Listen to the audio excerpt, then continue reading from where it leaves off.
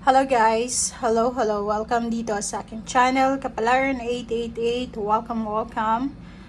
Ito ay general reading, general monthly reading para sa lahat ng Pisces ngayong buwan ng October 2024. So, kung ikaw ay bago dito sa aking channel, paki-like, share, and subscribe. Paki-press ang notification bell button. Okay? Ito po ay Kapalaran 888. Okay? Thank you. And doon naman sa mga dati ko ng subscribers, maraming salamat sa patuloy na pagtangkilik dito sa aking channel.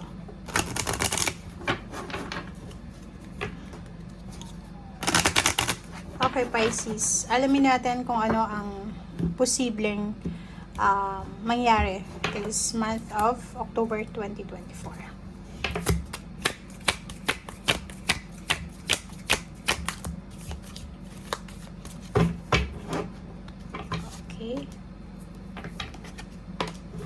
Okay, so dito sa aking channel guys, maximum of 3 tarot deck lang tayo dito. Kasi dapat kunin natin yung specific na energy, hindi yung sobrang dami ng cards na hindi na, kumbaga, parang malilito kayo kung anong nangyayari, ganito, ganyan. So, yun yung rule ko dito na 3 cards talaga, maximum siya. Okay? So, yan. Ang first 2 cards mo sa buwan ng October 2024 is number 19, 10, and then number 5. So, Song of the Siren, the call, summoning voice to acknowledge, rapid development, excellent success. Wow, Pisces. So, nakikita natin dito na sobra-sobra yung, kumbaga, or mabilis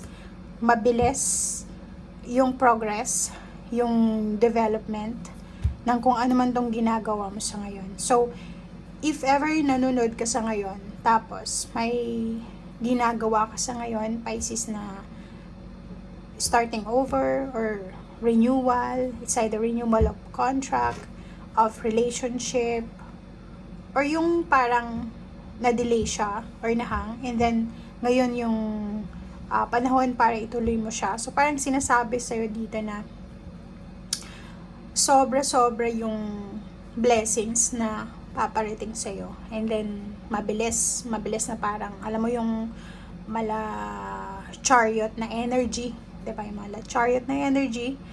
And at the same time, marami ka din na information, kaalaman, revelation, yun nga, development na pwedeng magdala sa'yo doon sa tagumpay or sa success na minamanifest mo.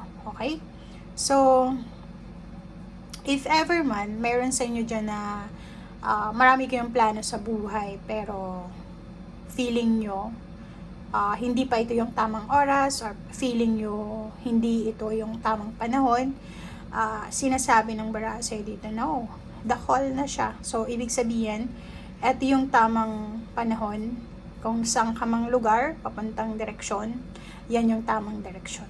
Okay? So, maraming unexpected twist of events, maraming unexpected happenings ngayong buwan na to, na pwedeng magdala sa'yo ng excellence, victory, success, prosperity, and abundance.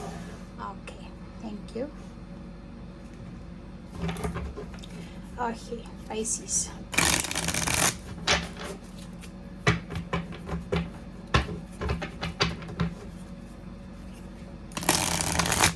Diba?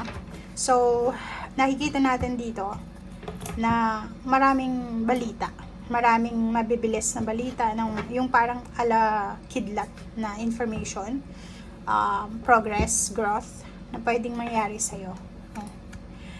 Kung ikaw ay single or looking for a relationship, posibleng sa buwan ng Oktubre ay may mag-offer sa'yo ng yun, intimate relationship, friendship, commitment, or kung ano man to. So, yung posibilidad na baka tagpo ka ng taong pareho kayo ng mindset, or yung mag-share kayo ng kanya-kanya yung knowledge. Parang eto siya. Okay?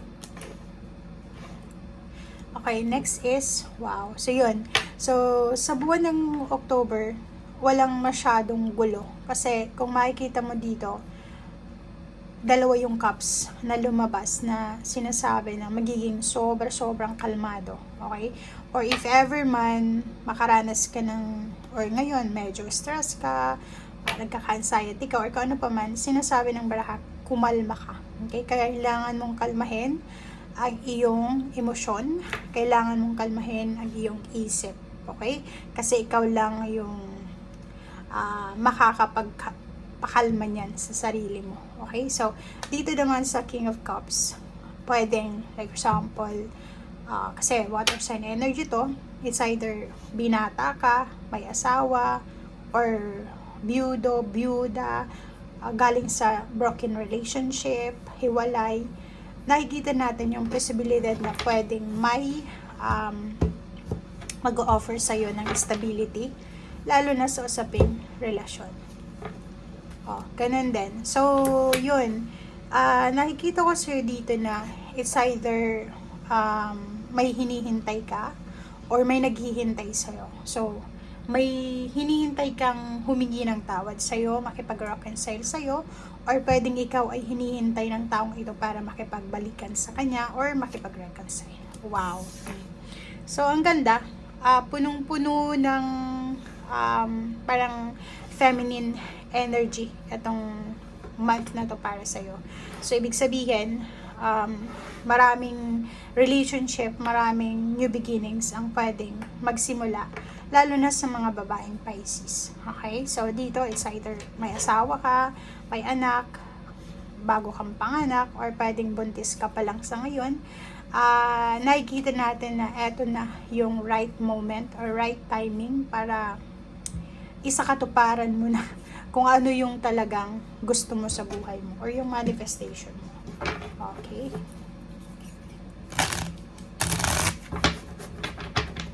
Nakikita natin babae. It's either ikaw ay babae or lalaki.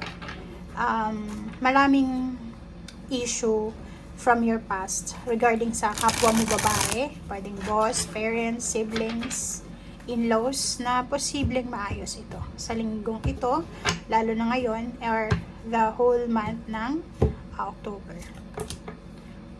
Diba? So, it's a Chariot energy. Parang inulit niya lang yung first card natin dito.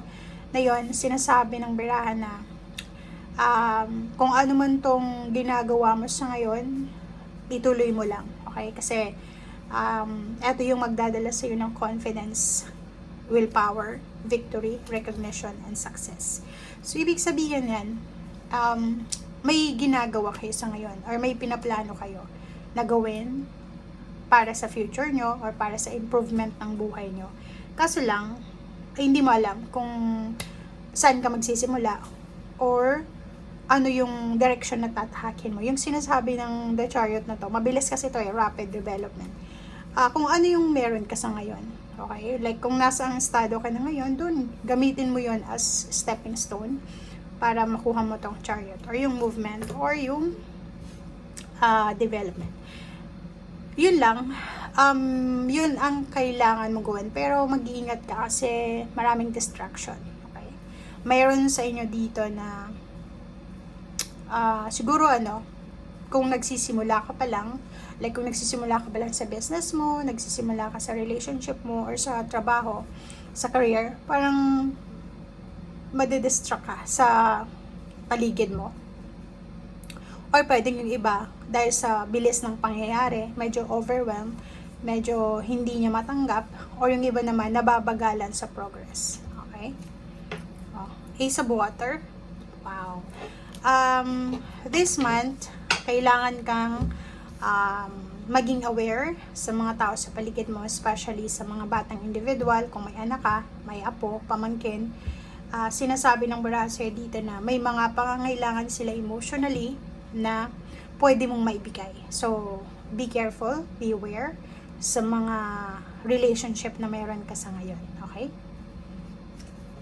And release. Ending. So, yun. Yun na nga. So, nakikita ko sa'yo dito. So, parang sinasabi niya na yung reconciliation sa first few cards, matutuloy na. So, may mga pagtatapos ng mga situation, relationship, trabaho, old mindset, old self, yung mga bagay na hindi mo na kailangan sa susunod na mga araw, buwan at taon, ay posibleng makakapag-desisyon ka na tapusin na lang ito. Okay? May mga away, misunderstanding na alam mo na hindi na healthy or hindi naman nakakabuti sa mental health mo and spiritual health, ang posibleng pagdesisyonan mo siyang tapusin. Okay? So, sa ilalim niya is High Priestess, intuition, wisdom, and patience. Ang kailangan mo sa buwan ng Oktubre is pasensya. Okay? Pasensya kasi, yun nga yung sabi ko sa iyo, mabilis. Mabilis yung mga pangyayari, maraming travel, kasi ito pwedeng travel siya, lilipat ang bahay, travel plans, pagbabago ng travel plans, pagbabago ng date, ng lugar, parang ganun. So, kailangan mong maging mapasensya. Okay? And if ever marami kang mga agam-agam, mga pain and heartaches, resentment yan sa puso mo, this month is parang right timing siya para i-release na, tapusin na, palayain mo na yung sarili mo and i-welcome mo yung pagbabago. Okay? Thank you guys. Bye!